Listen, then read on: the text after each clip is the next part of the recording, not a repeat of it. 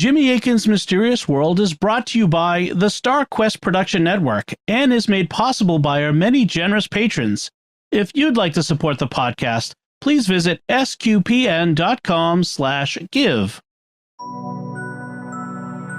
You're listening to episode 220 of Jimmy Akin's Mysterious World, where we look at mysteries from the twin perspectives of faith and reason. In this episode, we're talking about Eucharistic Miracles. I'm Dom Bettinelli, and joining me today is Jimmy Akin. Hey, Jimmy. Howdy, Dom. For centuries, people have reported witnessing miracles involving the Holy Eucharist, which Jesus declared to be his body and blood. Sometimes they report the Eucharist appearing to turn into flesh and blood. What's the truth about these reports? What should we make of them? And do they represent genuine miracles? That's what we'll be talking about on this episode of Jimmy Akin's Mysterious World. So, Jimmy, to begin, this is a patron-requested episode, right? Yes, we had a very generous patron named Tim Van Meegum who wanted to hear about Eucharistic miracles, and so that's what we're talking about today. Thank you, Tim. Thank you, Tim. So how do you want to begin today's mystery?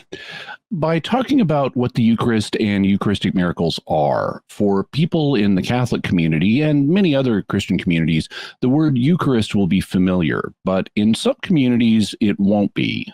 Growing up as a Protestant, I never heard the term and I wouldn't have known what it meant, but it's fairly easy to explain. It comes from the Greek word Eucharistia, which means thanksgiving. The Gospels indicate that at the Last Supper, Jesus gave thanks over the bread and wine before declaring them to be his body and blood. And so the thanksgiving that Jesus gave over them eventually became the name for the whole rite. Jesus's thanksgiving, or Eucharistia, thus gave us the name Eucharist for the Lord's Supper. The Eucharist can refer either to the celebration as a whole, or it can refer specifically to the consecrated elements. And then what's a Eucharistic miracle? Basically, a Eucharistic miracle is any miracle that occurs in connection with the Eucharist. And here we need to mention the big one first, the presence of Christ in the Eucharist, because he said that the elements are his body and blood. This is my body, this is my blood. The passages on the Last Supper and other passages in the New Testament stress this fact, and the vast majority of Christians throughout world history have understood that Jesus meant what he said. The elements aren't simply bread and wine anymore, like they were before the consecration. At the consecration, they become his body and blood, just like he said. This belief is shared not only by Catholics, but also by Eastern Orthodox, Oriental Orthodox, the Assyrian Church of the East, and large groups in the Protestant community, including Lutherans, Anglicans, and Methodists. Together, these bodies represent a large majority of Christians in the world today, and it's actually only a comparatively small number of groups in the Protestant community that reject this and hold that the consecrated elements are only symbols of Christ's body. Both historically and today, a large majority of Christians teach the real presence of Christ in the Eucharist. How many Christians are we talking about? How large of a majority? I haven't done the exact math, but Catholics alone are a majority of Christians in the world, more than 50%. Add to them the various Eastern Christian churches, and you're up to around 75%. With the Protestant communities that believe in the real presence, you're probably up to around 85%. So something like 85, maybe a little more percent of the Christians in the world today belong to churches that teach the real presence of Christ in the Eucharist. It's only been in the last 500 years in certain segments of the Protestant community that there's been a significant number of Christians belonging to communions that denied the real presence. And even today, that's quite a small minority of them. Do all the groups that teach the real presence understand it the same way? No, there are differences of understanding among them on exactly how Christ is really present in the Eucharist, but they agree that in the service, Christ really and truly does become present in the elements, so they're not just bread and wine. And this is something that happens by God's power and promise, so however you understand it, the real presence would be a miracle, and that makes it objectively the first and greatest Eucharistic miracle. Then why don't people think of every single Eucharist when they use the term Eucharistic miracle? Because it's not an obvious miracle. There's no visible change in the elements at the consecration. It's a kind of hidden miracle, something we know God has done because Jesus said so, but not something that's obvious to our senses. We normally use the word miracle to refer to things that are obvious to the senses. In fact, the Latin word miraculum means wonder or marvel, something that causes wonder or astonishment. And that tends to be associated with overt, obvious acts of God rather than God's hidden acts. For example, if someone is converted to God, then that's accomplished by the action of God's hidden grace in his heart. And in an objective sense, every conversion is a miracle. But conversions happen regularly, and the action of God is not obvious to the senses, so we don't automatically think of conversions as miracles. Instead, when we think of miracles, we tend to think of rare, extraordinary happenings where God acts in a more obvious way, like when people are instantly healed of a fatal disease, or when the blind suddenly get their sight back, or the deaf their hearing, or when a saint levitates off the ground. In the same way, the term Eucharistic miracle tends to be used for extraordinary events that go beyond what normally happens in the Eucharist, events where God's action is more obvious and can cause wonder and amazement. What happens in these incidents? How does God's action manifest in Eucharistic miracles? There isn't just a single way. Probably the kind of Eucharistic miracles that most people think of today are the ones where there's a visible transformation in the consecrated elements, like the host taking on the appearance of flesh or the chalice taking on the appearance of blood, the contents of the chalice. This is the kind of Eucharistic miracle that we will primarily focus on in this episode. But there have been other kinds of miracles reported in connection with the Eucharist in history. What are some examples of other kinds of Eucharistic miracles? Well, some do involve a visible transformation of the elements, but not so that the host looks like flesh and the contents of the chalice look like blood. Another kind of Eucharistic miracle involves a host that appears to bleed. So the host continues to look like a host, a piece of bread, but it appears to bleed, sometimes becoming red, sometimes with drops of blood flowing from it, sometimes after someone has attempted to desecrate the host, and sometimes it just happens on its own. Another kind of Eucharistic miracle that has been reported that involves a visible change of the elements is where they cease to look like bread and wine, and in their place, people will see the Christ child, Jesus himself, as a small child. What happens in those cases? Does the Christ child just continue to appear, or does something else happen? Typically, the Christ child's appearance only lasts a short time, and afterwards, the elements revert to the normal appearances of bread and wine. That also sometimes happens with other Eucharistic miracles that involve a change of appearance. When the host and the contents of the chalice change to look like flesh and blood, they sometimes go back to looking like bread and wine, and sometimes they remain looking like flesh and blood even for centuries. Similarly, if a host appears to bleed, it may go back to looking like ordinary bread, or it may not. Do all Eucharistic miracles involve a visible transformation of the elements? No, some involve other things, such as who administers the elements, the survival of the elements, and the behavior of the elements. Then let's look at each of these. What Eucharistic miracles have been reported in connection with who administered the elements? Ordinarily in the Mass, or the Divine Liturgy as it's often called in Eastern Christian circles, communion is given to the faithful by a normal human being, usually a priest.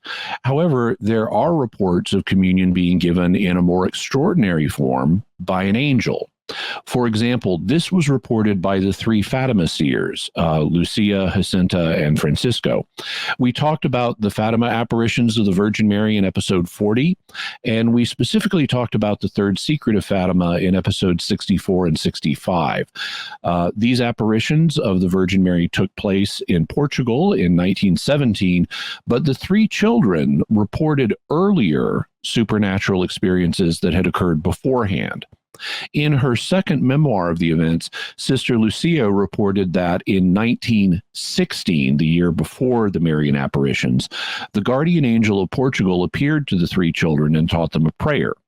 Then, later the same year, the three children were saying the prayer together, and Sister Lucia reports, I don't know how many times we had repeated this prayer when an extraordinary light shone upon us. We sprang up to see what was happening and beheld the angel. He was holding a chalice in his left hand, with the host suspended above it, from which some drops of blood fell into the chalice. Leaving the chalice suspended in the air, the angel knelt down beside us. The angel then said a new prayer with them 3 times, and then, rising, he took the chalice and the host in his hands. He gave the sacred host to me and shared the blood from the chalice between Jacinta and Francisco, saying as he did so, Take and drink the body and blood of Jesus Christ, horribly outraged by ungrateful men. Make reparation for their crimes and console your God. Once again, he prostrated on the ground and repeated with us 3 times more the same prayer and then disappeared. We remained a long time in this position, repeating the same words over and over again. When at last we stood up, we noticed that it was already dark and therefore time to return home. So in this encounter, the angel gave Holy Communion to the 3 children, despite the fact that communion is normally given by a human minister, typically a priest. And this is not the only report like this. For example, St. Faustina Kowalska reported receiving Holy Communion from an angel more than once. One can discuss whether experiences like this were simply visions or whether they happened physically, but saints have reported receiving the Eucharist from an angel rather than a human minister. You said that some Eucharistic miracles involve the survival of the Eucharistic elements. What were you thinking about here? Primarily 2 situations. First, there's the survival of the consecrated elements over time. With time, you'd expect natural elements to corrupt, decay, and cease looking like themselves. Bread gets moldy and disintegrates, and wine evaporates. If the Eucharistic elements were nothing more than normal bread and wine, you'd expect that to happen to them too. But there are cases where this is reported not to happen. In particular, there are cases where hosts are reported not to have been corrupted, even after a period of centuries. A second kind of miracle in this class involves the survival of the elements not through time, but through situations that would ordinarily destroy them. For example, if you burned a piece of bread, whether leavened or unleavened, it would be expected to be reduced to ashes. But there are reports of the consecrated host surviving fires and other situations that would be expected to destroy it. And so these also have been considered Eucharistic miracles. You also mentioned Eucharistic miracles in which the behavior of the elements was involved. What were you thinking about here? Principally, I was thinking about 2 things. First, Eucharistic miracles may involve unusual behavior of the consecrated elements in a visible way. For example, normal bread and wine don't spontaneously levitate above the surfaces they're located on. But there are multiple reports in history of the consecrated host or the chalice doing exactly that, sometimes remaining in the air for an extended period. And second, the Eucharistic elements may behave in another exceptional way.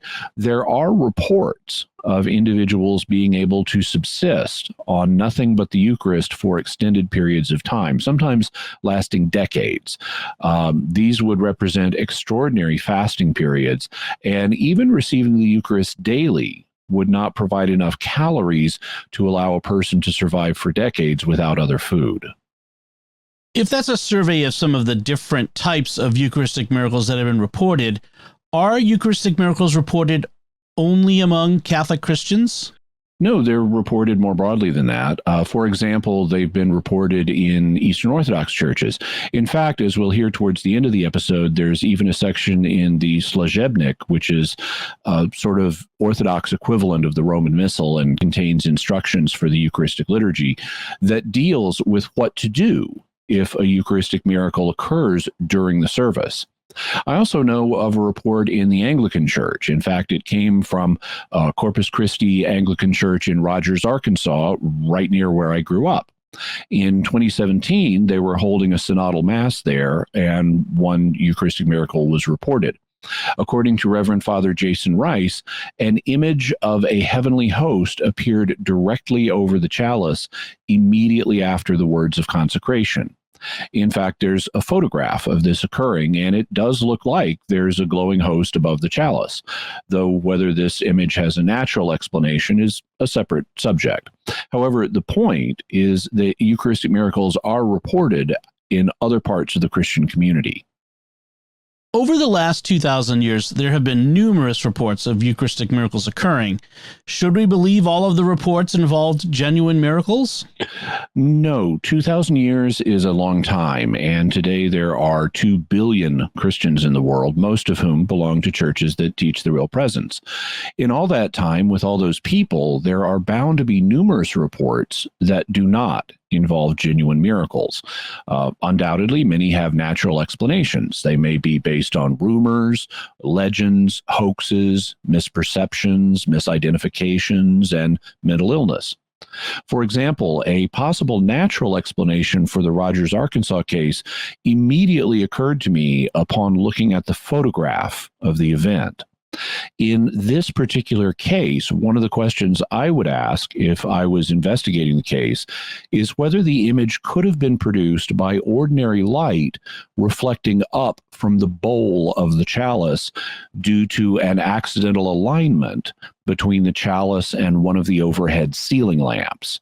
That kind of misperception can happen in any community, and as a result, the Catholic Church doesn't automatically sign off on every report of a Eucharistic miracle. Does the Church have a way of investigating Eucharistic miracles? Yes, typically it's the responsibility of the local bishop to oversee the investigation of reports of the supernatural in his diocese. That applies to private revelations, as we discussed in episode 84.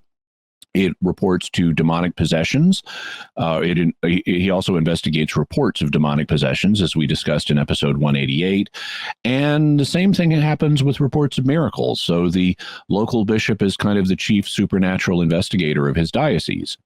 Only he typically doesn't do the investigations himself. Instead, in each of these cases, he usually appoints a group of experts to look into the situation.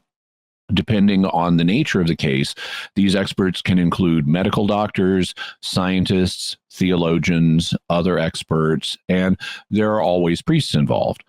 And like in non-religious investigations of the paranormal, the experts are supposed to look for and eliminate natural explanations for the reports before concluding the cause is supernatural. Once the experts have given him their reports, the bishop then makes a judgment about what to do. In the case of a demonic possession, he would authorize an exorcism, but there wouldn't be a public announcement of this fact for privacy reasons. But in the case of private revelations and miracles, there may well be a public announcement of the bishop's conclusions. And these days, the bishop typically shares his conclusions with the dicastery for the doctrine of the faith in Rome ahead of time to get their approval before making an announcement.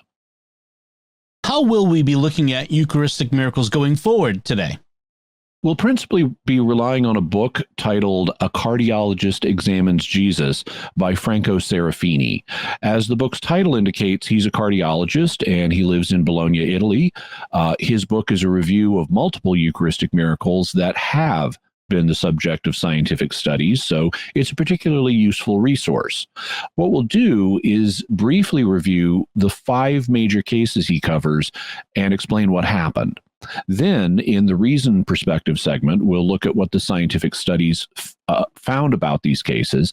And finally, we'll have some closing remarks from the faith perspective. Then let's take a look at the 5 cases. What was the first one? It's by far the oldest, and it apparently took place in the 700s in Lanciano, Italy.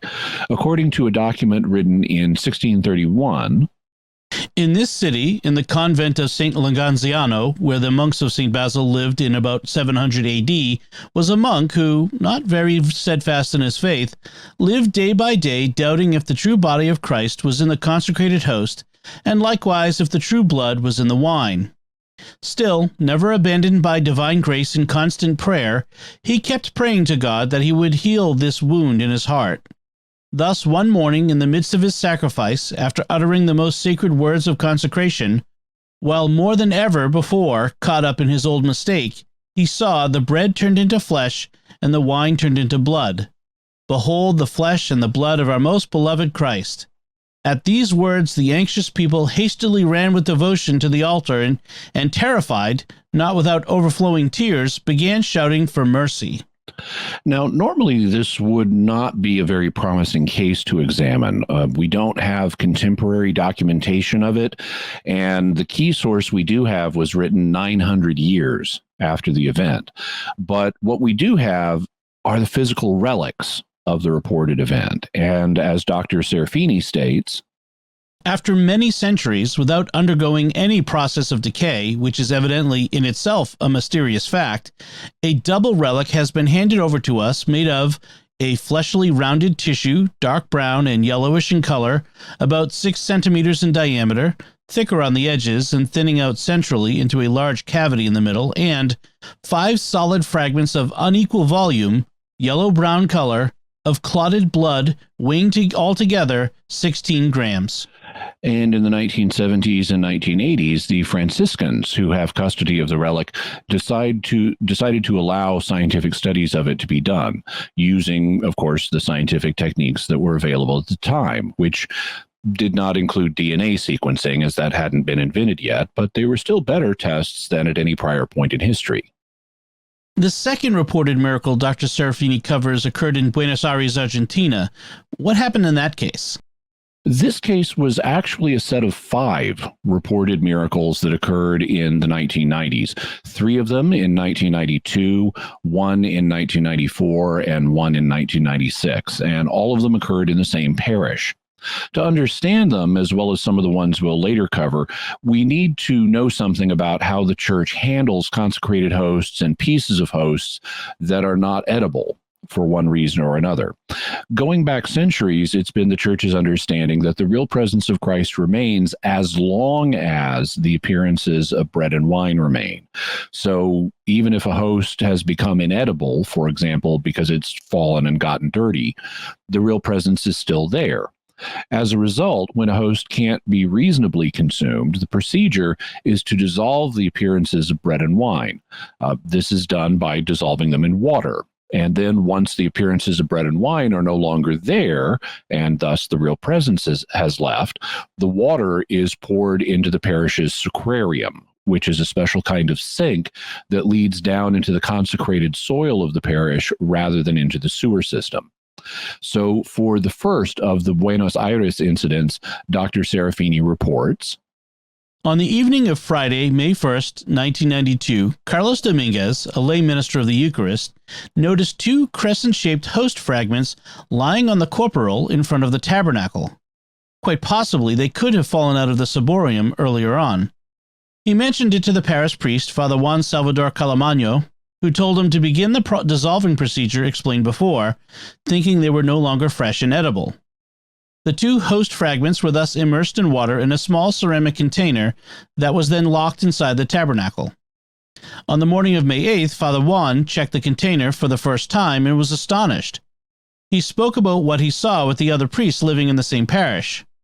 3 blood clots had formed in the water, initially covered in a white fuzz that later disappeared. There were blood streaks on the walls of the container as if they had been produced by some sort of explosion of the hosts themselves. 2 days later, at 2 different masses, 2 new events took place. The paten holding the consecrated host was stained with blood, not just one, but rather 2 distinct patens, a bronze one and a tin fish-shaped one. Then, in 1994, at the Children's Morning Mass on Sunday, July 24th, 1994, the lay minister distributing the Eucharist noticed a running drop of blood on the inner rim of the ciborium. And finally, in 1996, at the end of the distribution of Holy Communion at the 7 p.m. Mass on Sunday, August 18th, 1996, one of the faithful turned to the priest-celebrant, Father Alejandro Pezet, with great embarrassment. She had noticed a host hidden in the base of a candlestick in front of the crucifix, which is still to this day in the right side nave. Father Alejandro took a look and picked up the host that had been certainly abandoned by someone with desecrating intents. He thought of consuming it himself, but it was too dirty and dusty. Therefore, he asked Emma Fernandez, a 77-year-old lay minister of the Eucharist, to immerse it in water and lock it in the tabernacle according to the usual procedure. Later, Mrs. Fernandez, the only layperson who had access to the tabernacle, indeed saw something strange in the round glass container she had left in it and discussed what she saw with Father Pizzette 8 days later on August 26th. After immediately involving Father Eduardo Graham, Father Pizzette also noticed that the host was transforming into something else, something red in color that was destined to grow in the following weeks. The dissolving host was less and less distinguishable, although the water was made more and more turbid by a red, cloud-like substance, and darker jelly-like clumps whose texture resembled that of clotted blood. Darker, mold-like blooms were seen on the surface of these presumed blood clots. All of the materials from 1992 to 1996 were collected and photographed, and the Archdiocese of Buenos Aires authorized an investigation of them. The third miracle report Dr. Serafini records took place in Tixla, Mexico. What happened there? On Sunday, October 22nd, 2006, Father Raimundo Reina Esteban was celebrating Mass. He was known as Father Rayito, which means Little Ray, and that was a joke because he was over 6 feet tall. But two nuns were helping with the distribution of the Eucharist for Holy Communion. While holding a ciborium full of consecrated hosts, Sister Aurelie Mariquin, one of the two, suddenly paused and turned pale in front of the faithful who were queuing up to receive. A few years later, the local paper, Diario 21, published an account of the events that took place on that day by giving the names of the eyewitnesses and reporting their interviews. One of them was the woman in front of whom Sister Aurelie had paused her distribution of Holy Communion. According to this woman's recollection, the nun had returned to the altar with teary eyes and had shown the ciborium to Father Rayito after kneeling without uttering a word. One of the hosts was stained with blood. It had a moist, friable texture, so much so that a small fragment had come off it by gently touching it. Father Rayito and Father Leopoldo quickly talked to one another until Father Rayito loudly spoke out, "This is a miracle!" and publicly showed the host that was stained by a few drops of fresh blood. With his booming voice, he began singing Que viva mi Cristo, que viva mi Rey, or Long live my Christ, long live my King, a hymn well known to all Mexicans. There were people who applauded and people who wept. And afterwards, the local bishop authorized a scientific investigation of the event. The fourth incident Dr. Serafini covered takes us across the world. What happened in this case? The incident took place in Sokolka, Poland, which is on the east side of the country near the Belarusian border. It began on October 12th, 2008, and here's what happened. The 8:30 morning Mass was being celebrated by the young priest, Father Philip Zadrowski. He was being helped with the distribution of Holy Communion by Father Jacek Ingelvich. Most likely, it was he who dropped a consecrated host by mistake at that time. The series of events involved in the mishap was curious and moving. It was witnessed in great detail. One of the faithful was kneeling at the altar rail to receive Holy Communion. Without uttering a word, that lady touched Father Jacek's leg and with a glance showed him the first step of the altar. The priest picked up the host. It was dirty, and he decided not to consume it, but rather to immerse it in water in the vasculum, a silver container used for the cleansing of the hands that was already on the altar. At the end of Mass, Father Jacek put the host containing vasculum inside the tabernacle. On the same day, parish priest Monsignor Stanislaw Giredzieko was either informed of the mishap or otherwise simply took notice of the water container that had been unusually stored inside the tabernacle. Thus, he asked Sister Julia Dubowski, the parish sacristan looking after candles, sacred vessels, and the overall church decor, to pour the contents of the vasculum into a larger glass vase, adding water to it and locking it in the sacristy's safe, whose keys were only kept by the two of them. At 8 a.m. on the following Sunday, October 19th, Sister Julia opened the safe and smelled a bread fragrance. She thought it was from the complete dissolution of the host, but that wasn't the case. Part of the host had not yet dissolved and was partially covered by a solid red protruding stain resembling a 1 by 1.5 centimeter blood clot.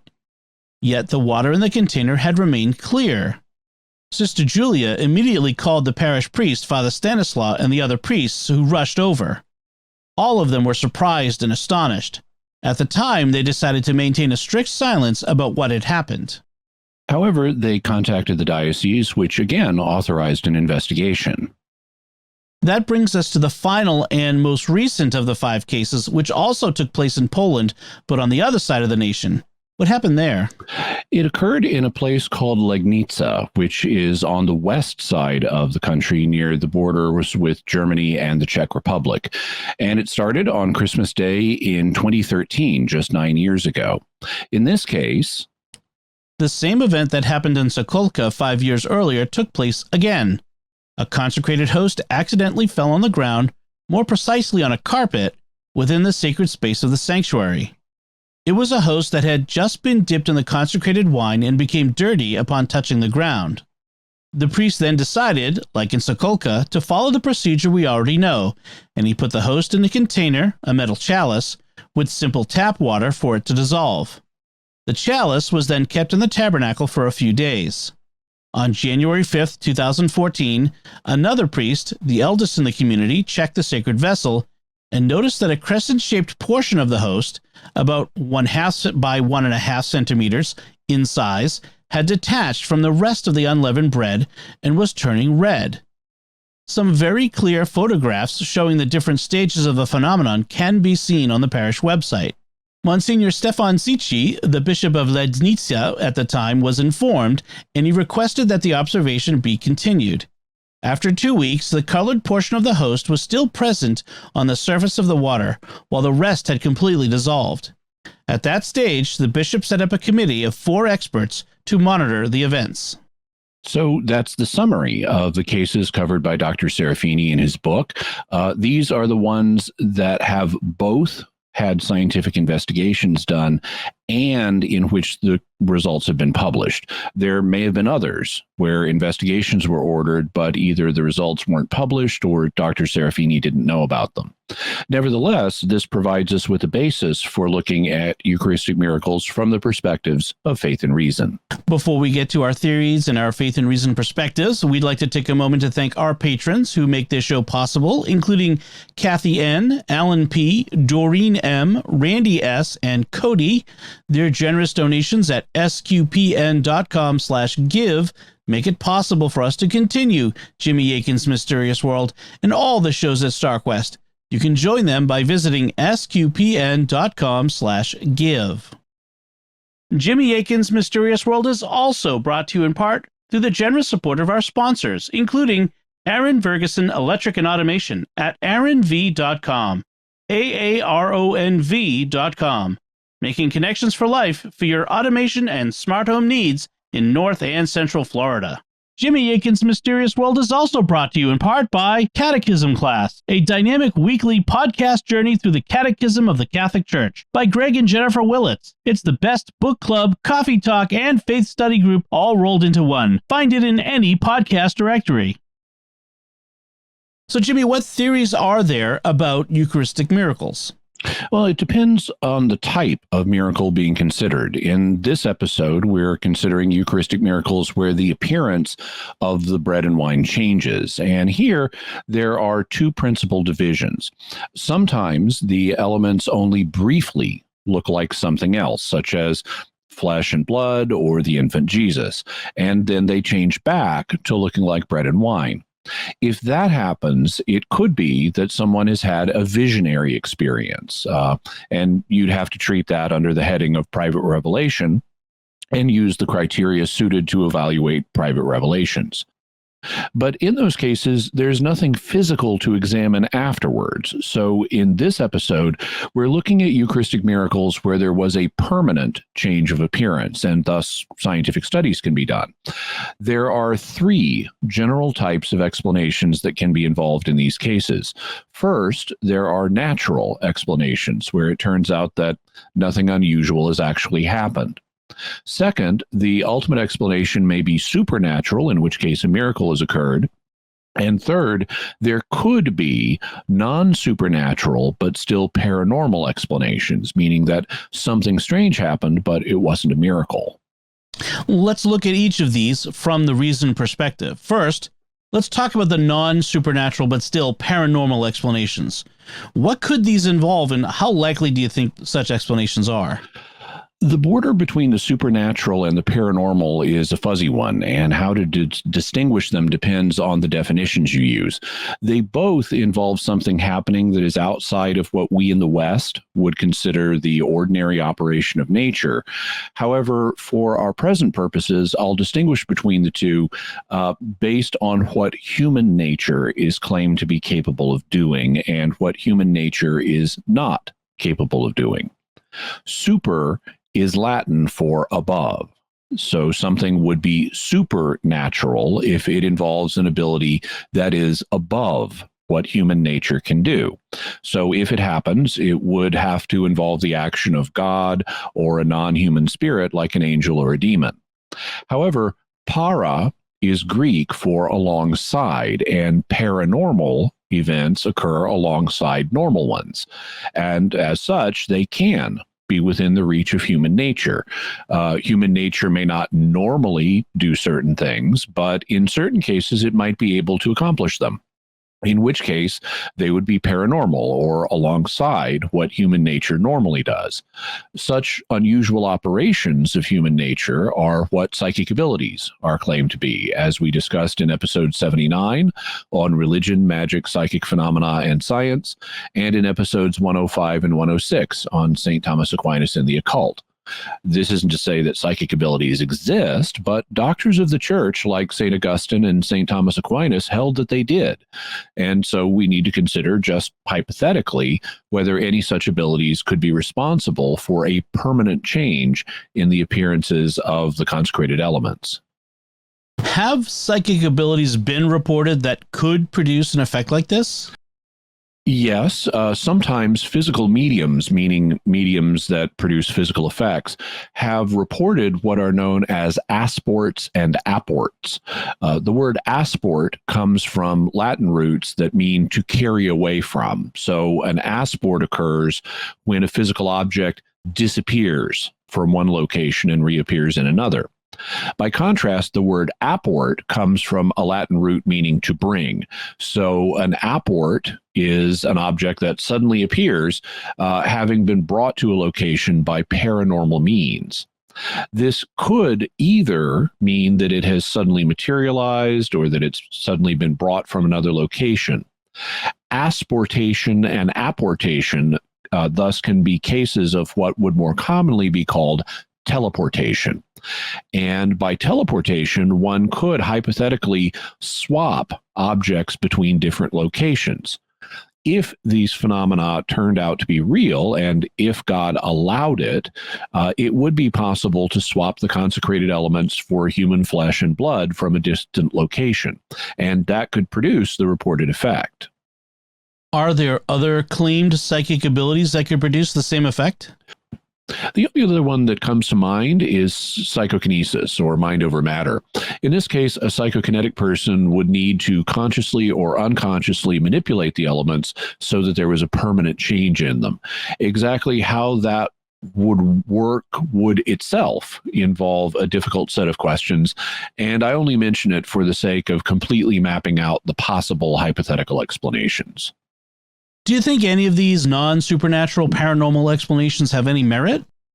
No, I don't. In the first place, as far as I'm aware, there have been no cases of apportation or asportation documented under tightly controlled laboratory conditions. Instead, physical mediums claiming these abilities have been exposed as frauds. And while there are parapsychological studies supporting the existence of psychokinesis, they don't involve the kind of psychokinesis needed to molecularly transform one substance into another, much less do they deal with the thorny metaphysical questions that would be involved in things like consecrated elements. Furthermore, as I often say on Mysterious World, every phenomenon needs to be taken at face value until we have evidence otherwise. So Eucharistic Miracle reports present the events as supernatural ones. So if Eucharistic miracles involve anything unusual, they should be understood as supernatural until we have evidence otherwise. And we don't have such evidence. So I don't think that we need to devote further attention to hypothetical paranormal explanations. Then let's look at possible natural explanations. What might be involved here? In the cases we're considering, which all involve objects that can be scientifically studied, we're not dealing with accounts that could be chalked up to rumor, legends, mental illness, or misperceptions. So there are only two remaining natural explanations that could be involved: misidentifications and hoaxes. How could misidentification be involved? And how would that differ from misperception? In a case of misperception, someone would falsely perceive a phenomenon, like seeing something under poor viewing conditions, such as in the distance, in the dark, or only for a brief moment, resulting in an erroneous sensory perception. But that wouldn't apply in these cases where the relevant objects have been observed in good viewing conditions, up close, in full light, and over a long period of time. So there's no misperception here.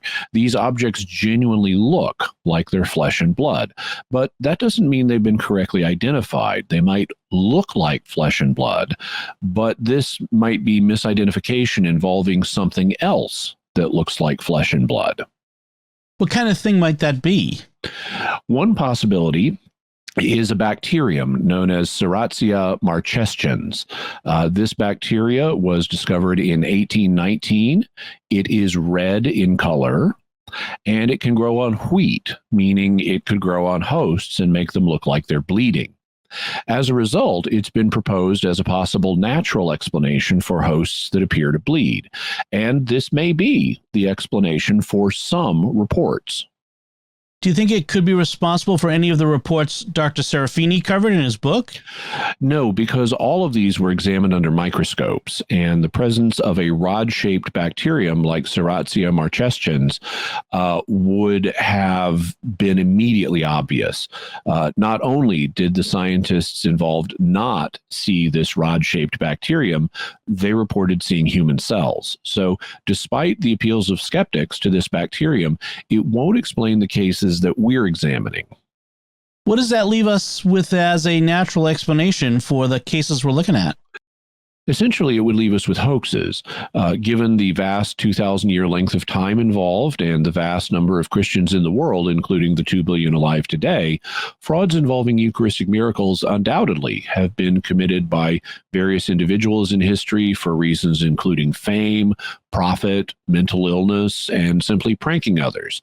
But the question is whether the scientific evidence supports the idea of hoaxes in these 5 cases. Because no matter how many cases are explained by natural means, all it takes is one case that can't be explained this way to prove the reality of a phenomenon. All you need is one genuinely alien UFO, or one genuine Bigfoot encounter, or one genuine Eucharistic miracle, and you've shown that the phenomenon is real. If you were a skeptical materialist, someone who didn't believe that miracles are possible, and you were going to propose fraud as an explanation for these cases, what aspects of them would you focus on? I'd focus on what's known as provenance, or chain of custody. That is, I'd focus on what happened to the elements before and during the period of scientific examination. Provenance is a concept that often comes up in fields like art and archaeology. It can be important to know the history of an artifact in order to establish whether or not it's genuine. For example, suppose that you're an archaeologist at a dig in Egypt, and while you're excavating a site, your ground-penetrating radar indicates that there is a hidden chamber 10 feet underground. So you get your diggers to work, making a 10-foot hole in the earth. The earth is densely packed and obviously hasn't been disturbed since ancient times. And then you get down to the hidden chamber and open it. And inside, you find a statuette of an Egyptian god, let's say Thoth, the ibis-headed god of the moon and writing. You found this statuette in what archaeologists call in situ, a Latin phrase meaning at the site of discovery. And since you dug through 10 feet of earth that hadn't been disturbed in centuries, there's no realistic chance that an antiquities forger managed to plant the statuette here. So you have very high confidence that it's a genuine ancient Egyptian artifact. But now suppose that you're taking a break from your dig and you're going out to lunch in Cairo. On your way to the restaurant, and by the way, I've been to restaurants in Cairo, use hand sanitizer. I'm just saying. In any event, on your way to the restaurant, you pass an antique dealer shop and decide to take a look. Inside the shop, you discover that he also has a statuette of Thoth, and it looks a lot like the one you just dug up. But you can't be as confident that it's a genuine artifact because the antiquities market has lots of frauds on it. Antiquities forgers regularly make fake copies of ancient artifacts so they can get money.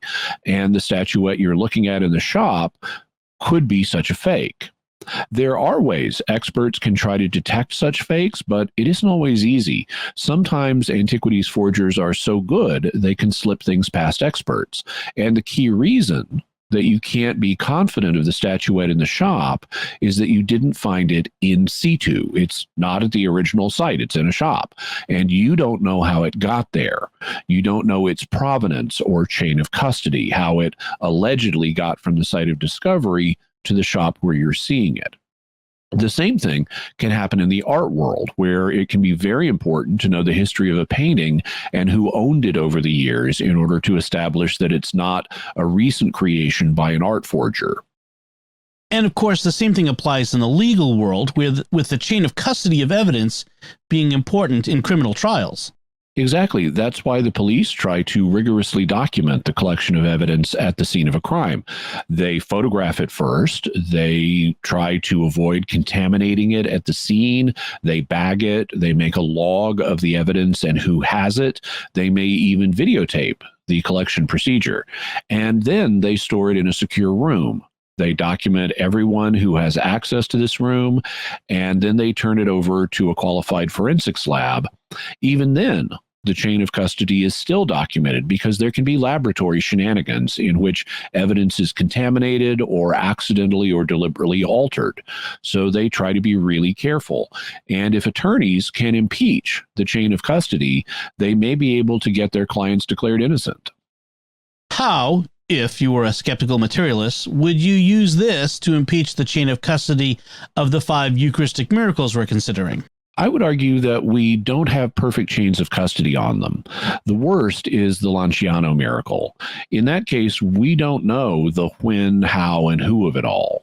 The miracle allegedly occurred in the 700s, but the earliest document describing its history is from 900 years later. And from an evidential perspective, that's a terrible record of its provenance.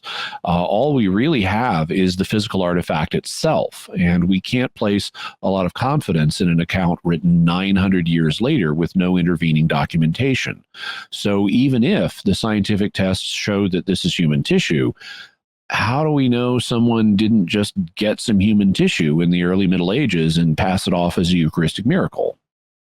What about the later cases? Do they have better chains of custody? From one perspective, yes, because in these cases, we have contemporary documentation of how the relics were collected, who had custody of them, and so forth. However, even after they were collected, they weren't always stored in super secure conditions. Often they were initially stored in a tabernacle in a parish, and tabernacles are locked to prevent desecration of the Eucharist, but there's often more than one key to a tabernacle. So especially in cases where the host initially appeared normal and then changed appearance in the tabernacle while they were trying to dissolve it in water, how do we know a nun or a priest who had a key didn't unlock the tabernacle, then drop some human tissue into the water, making people think a Eucharistic miracle had occurred when no one was looking?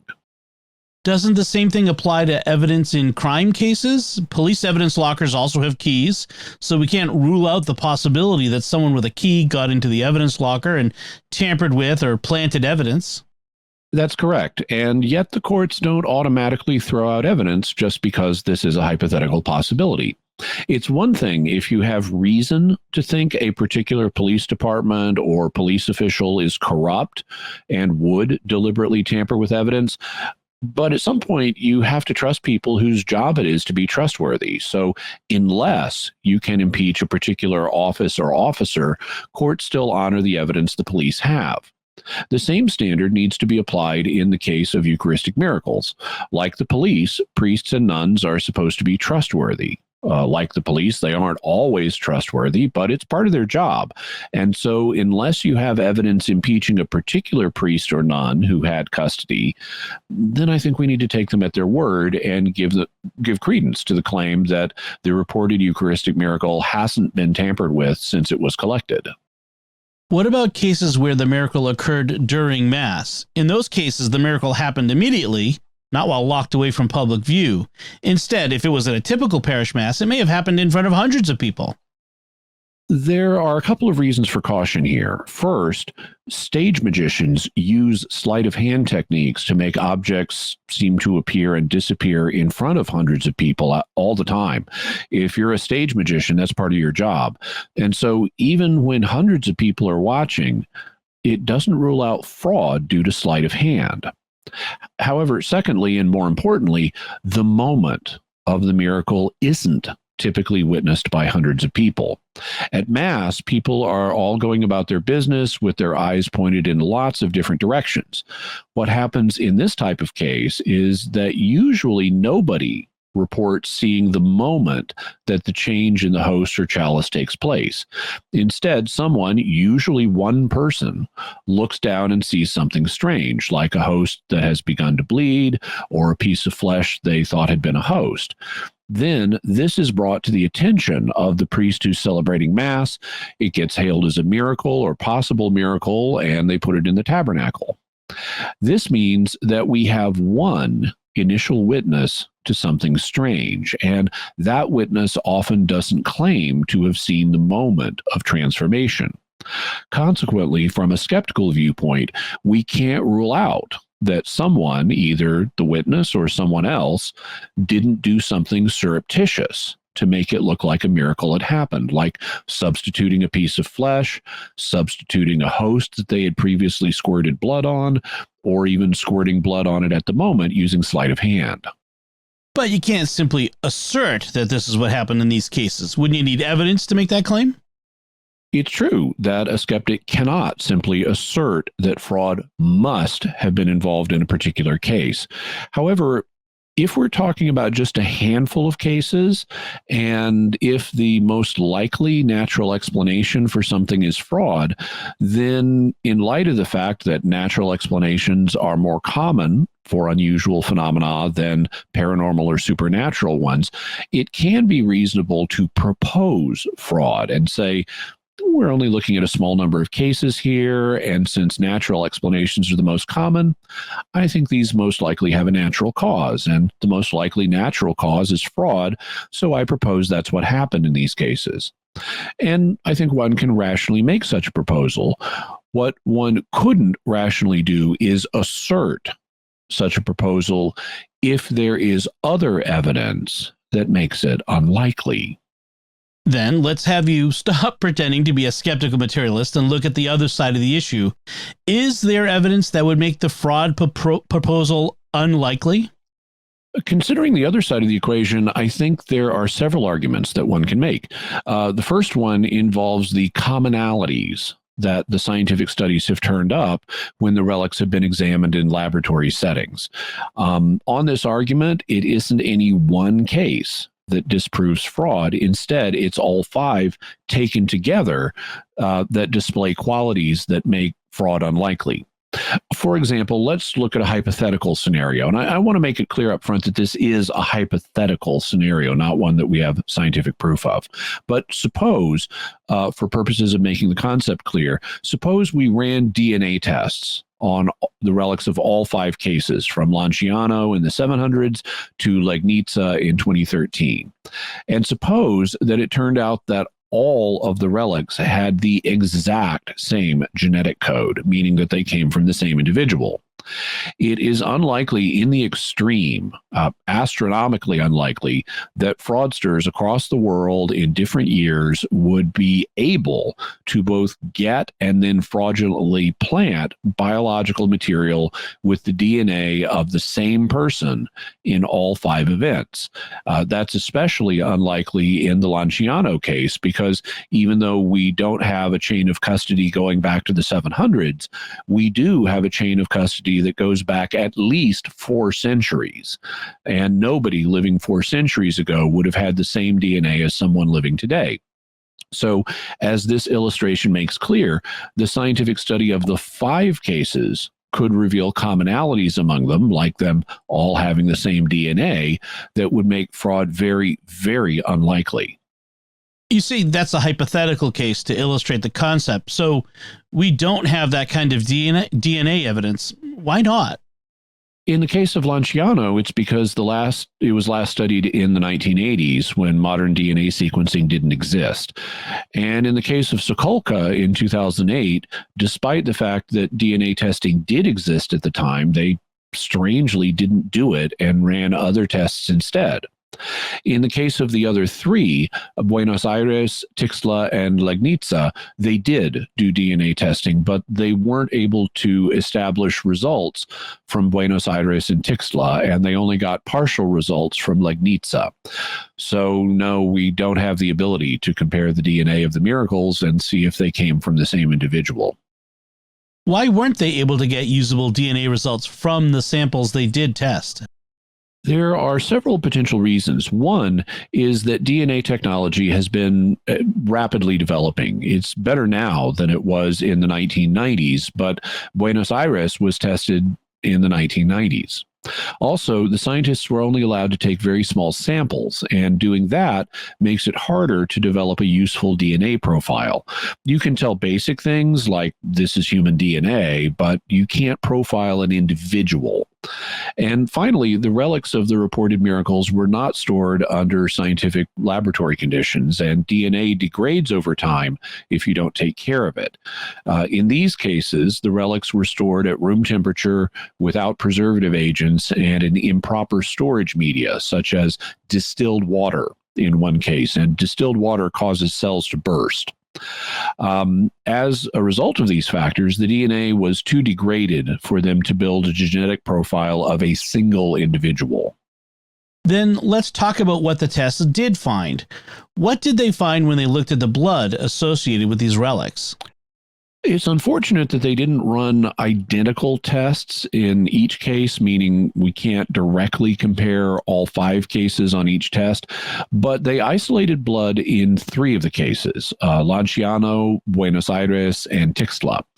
And in each case, it turned out to be human blood. So whoever these samples came from, they were human. Also, in 2 cases, Lanciano and Tixla, they were able to determine the blood type. There are 4 general blood types: type O blood, type A blood, type B blood, and type AB blood. Of these, type AB is the rarest, with only about 5% or 1 in 20 people having it. Both Lanciano and Tixla involved AB blood. The odds of that happening by random chance, if you picked 2 random people out of the world, would be 20 times 20 or 1 in 400. Even if you set aside the earlier sample on the ground that it must have some blood type, the odds that the second would have the same type of blood would only be 5% or 1 in 20. So regardless of how you want to look at it, the odds of this being due to random chance are low, either 1 in 20 or 1 in 400. That would count as evidence in favor of the miraculous as opposed to hoaxes. In addition to the 4 major blood groups, there's also whether someone's blood is Rh positive or Rh negative. Did they find anything out in this regard? In 2010, there was a test on the Tixla blood that revealed it was Rh negative, and AB negative is the rarest blood type in the world. Only 0.5% or 1 in 200 people has that. Unfortunately, they only did this in the case of Tixla, so we don't have anything to compare it with.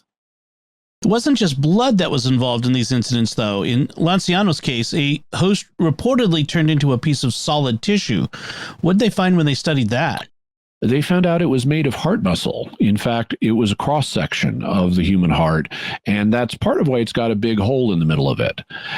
And here's where things get strange, because it turns out that it looks like heart muscle tissue was found in the other 4 cases as well. Even the ones that they tried to dissolve, where they tried to dissolve a dirty host in water and it grew what looked like a blood clot. It wasn't a blood clot, but contained heart muscle tissue.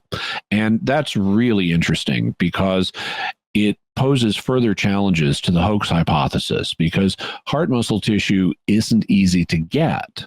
You have to cut a person open to get it. So why, if these were due to hoaxes, would it be heart muscle tissue in all 5 cases? It would be much easier to get tissue from other muscles that don't require you to wrench the chest cavity open. Hoaxers would more naturally take the low-hanging fruit and get muscle tissue that was easier to obtain. And even if you cut open a cadaver to get some heart muscle tissue, it would still look solid. So why would it look like a blood clot? This is thus really strange from the perspective of hoaxing.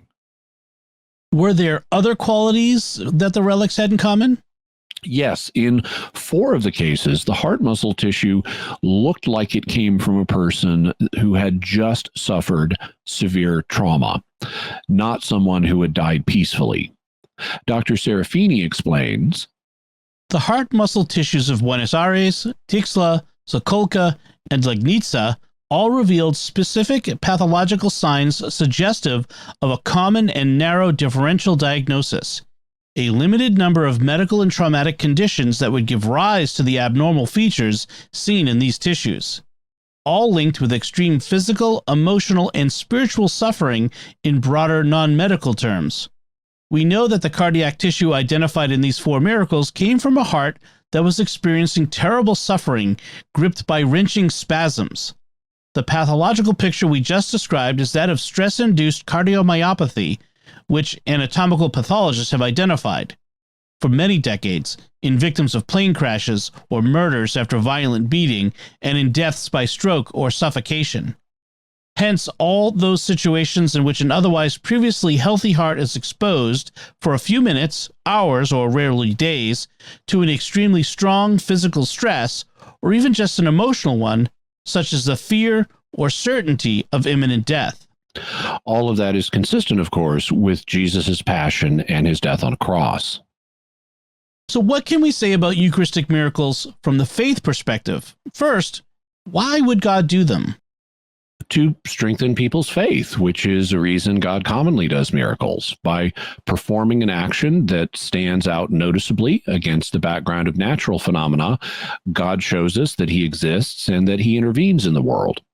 Further, by doing specifically Eucharistic miracles, he strengthens people's faith in the real presence of Christ in the Eucharist. And in some cases, like when a host has been dropped or desecrated and a miracle happens, it can be a reminder of the reverence we need to show the Eucharist because Christ is really there. Earlier, we talked about how Eucharistic miracles are reported in non-Catholic churches, such as among the Eastern Orthodox. Why would God do Eucharistic miracles outside the Catholic Church? Because non-Catholics need to know these things also. Miracles aren't just confined to the Catholic community. God loves everybody. As Jesus says in the Sermon on the Mount, he makes the sun rise on the evil and on the good, and he sends rain on the just and the unjust. So if someone's a non-Catholic and in need of healing, God may heal them. And if a Eucharistic miracle will help them, God may do one. Sometimes people think that the Eucharist involves a kind of time warp back to Jesus' suffering on the cross. The fact that the Eucharistic miracles we've covered suggest a suffering person could support that view. Is that how we should understand them? No, the church understands that the Eucharist makes Jesus present as he is today, and today he's in heaven. This has been understood for a long time. So, for example, St. Thomas Aquinas understands the Eucharist as making present the body of Jesus, which is currently in heaven, not on the cross. Now, you could challenge this by pointing out that Aquinas lived before Albert Einstein, so they didn't have the concept of time warps. You could also challenge it and say, well, that's just Aquinas' theological opinion, but actually it isn't. It's an actual church teaching. Thus, in 1968, Pope St. Paul VI wrote a profession of faith called the Credo of the People of God, in which it states, "The unique and indivisible existence of the Lord, glorious in heaven, is not multiplied, but is rendered present by the sacrament in the many places on earth where Mass is celebrated." So, despite what you hear, the Eucharist doesn't involve a time warp. The Church teaches that the real presence remains for as long as the elements appear to be bread and wine, but when they no longer look like bread and wine, the real presence ceases. In the Eucharistic miracles we've been considering today, the appearance of the elements permanently changes. Does that mean that Christ is no longer present? So far as I'm aware, the church has no teaching on this, and the matter is disputed. For example, St. Thomas Aquinas holds that Christ is still present, even though the elements no longer look like bread and wine. In the Summa Theologiae, he writes, "While the dimensions of the elements remain the same as before, there is a miraculous change wrought in the other accidents, such as shape, color, and the rest, so that flesh or blood is seen. And, as was said already, this is not deception, because it is done to represent the truth, namely to show by this miraculous apparition that Christ's body and blood are truly in this sacrament. And thus it is clear that as the dimensions remain, the body of Christ truly remains in this sacrament." On the other hand, this view is not universally shared in the Christian community. For example, in the Orthodox Služebnik, it contains a section dealing with Eucharistic miracles, and it says, "If, after the consecration of the bread or the wine, a miracle should appear, namely that the appearance of the bread would become that of flesh, or the wine appearing as blood, and if this appearance does not change shortly, meaning if the appearance of bread or wine does not return but remains unchanged, in no way should the priest commune, for these are not the body and blood of Christ, but simply a miracle from God, manifested as a result of disbelief or other cause. If shortly that which had appeared as flesh should again appear to be bread, or in the chalice that which had appeared to be blood should once again appear as wine, let him commune with these, and so complete the service, for they are the true body and blood of Christ." And Aquinas would agree with the last point. If the appearances revert to those of bread and wine, it was a vision and the real presence was there the whole time. What they disagree about is if the change endures. Aquinas says that the changed elements do have the real presence on the grounds that the change is made to indicate the real presence, but the Služebnik says that they no longer have the real presence, presumably on the grounds that they no longer appear to be bread and wine. However, so far as I'm aware, the church has not made a determination on this matter, so you can make up your own mind. So, Jimmy, what's your bottom line on Eucharistic miracles? Eucharistic miracles are fascinating to study. The 5 cases we've examined today are particularly fascinating because of the scientific investigations that have been done of them, and the fact that the AB blood type of 2 of them, the fact that all 5 involve hard-to-obtain heart muscle, and the fact that 4 of them seem to indicate a distressed heart, present challenges to the idea that these 5 could have been products of hoaxes, giving us reason to think that they could be genuine miracles. Nice. So, Jimmy, what further resources can we offer to the listeners and the viewer? We'll have a link to Dr. Franco Serafini's book, A Cardiologist Examines Jesus, The Stunning Science Behind Eucharistic Miracles. We'll also have a link to Fatima in Sister Lucia's own words. Also articles on Eucharistic miracles and how the Church investigates Eucharistic miracles.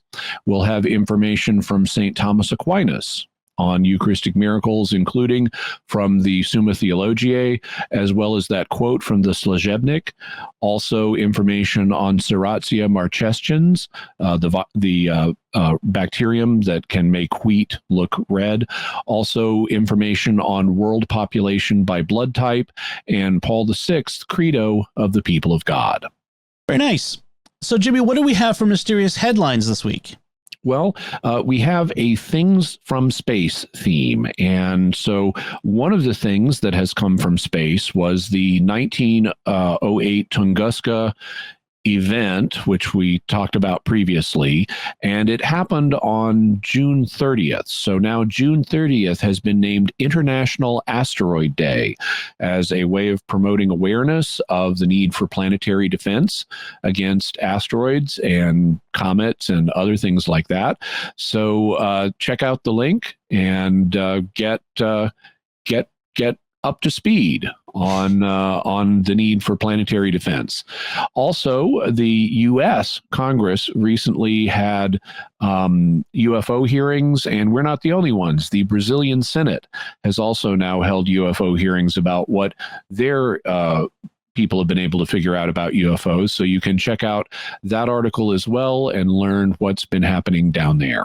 And it's never too early to start planning for your next International Asteroid Day next year. So get your banners and T-shirts and all the things. So we would love to hear from you. What are your theories about Eucharistic miracles? You can let us know by visiting sqpn.com or the Jimmy Akin's Mysterious World Facebook page, sending an email to mysterious@sqpn.com, sending a tweet to @mys_world, or you can join the StarQuest Discord community at sqpn.com/discord, or call our mysterious feedback line at 619-738-4515. That's 619-738-4515. And I want to thank the folks from Oasis Studio 7 for all the video and animation work they do here on Mysterious World. If you have any video editing needs, video animation needs, be sure to check them out. And you can check out their work by going to my YouTube channel at youtube.com/Jimmy Akin. We've been getting a lot of positive feedback about the added value that the video work they do brings to the program. And while you're at YouTube, be sure and subscribe to my channel. I'm trying to grow it, and so I'd really appreciate it if you like, comment, and subscribe and hit the bell notification so that you always get a new video notification whenever I have a video out, whether it's Mysterious World or something else. Excellent. So, Jimmy, what are we going to be talking about next time? Next week, we're going to be talking about the paranormal phenomenon of shadow people. People have been reporting seeing dim, shadowy figures, sometimes out of the corner of their eye, sometimes full on. So we'll be looking at reports of shadow people, what may be responsible for them, and why they appear. Excellent. Folks, be sure to follow Jimmy Akin's Mysterious World in Apple Podcasts, Google Podcasts, Spotify, Stitcher, TuneIn, in your favorite podcast app, or at the YouTube at youtube.com/Jimmy Akin, where you should always hit the bell to get notifications. You'll find links to Jimmy's resources from our discussion and links to those mysterious headlines on our show notes at mysterious.fm/220. And remember, to help us continue to produce the podcast, please visit sqpn.com/give. Jimmy Akin's Mysterious World is also brought to you by Fearvento Law PLLC, now assisting clients with expungements and set-asides of Michigan convictions. To learn more, call 231-202-3321 or go to fearventolaw.com, FIORVENTO law.com. Jimmy Akin's Mysterious World is also brought to you by DeliverContacts.com, offering contact lenses at low prices with free delivery. Visit DeliverContacts.com. Until next time, Jimmy Akin, thank you for exploring with us our mysterious world. Thanks, Dom. And once again, I'm Dom Bettinelli. Thank you for listening to Jimmy Akin's Mysterious World on StarQuest.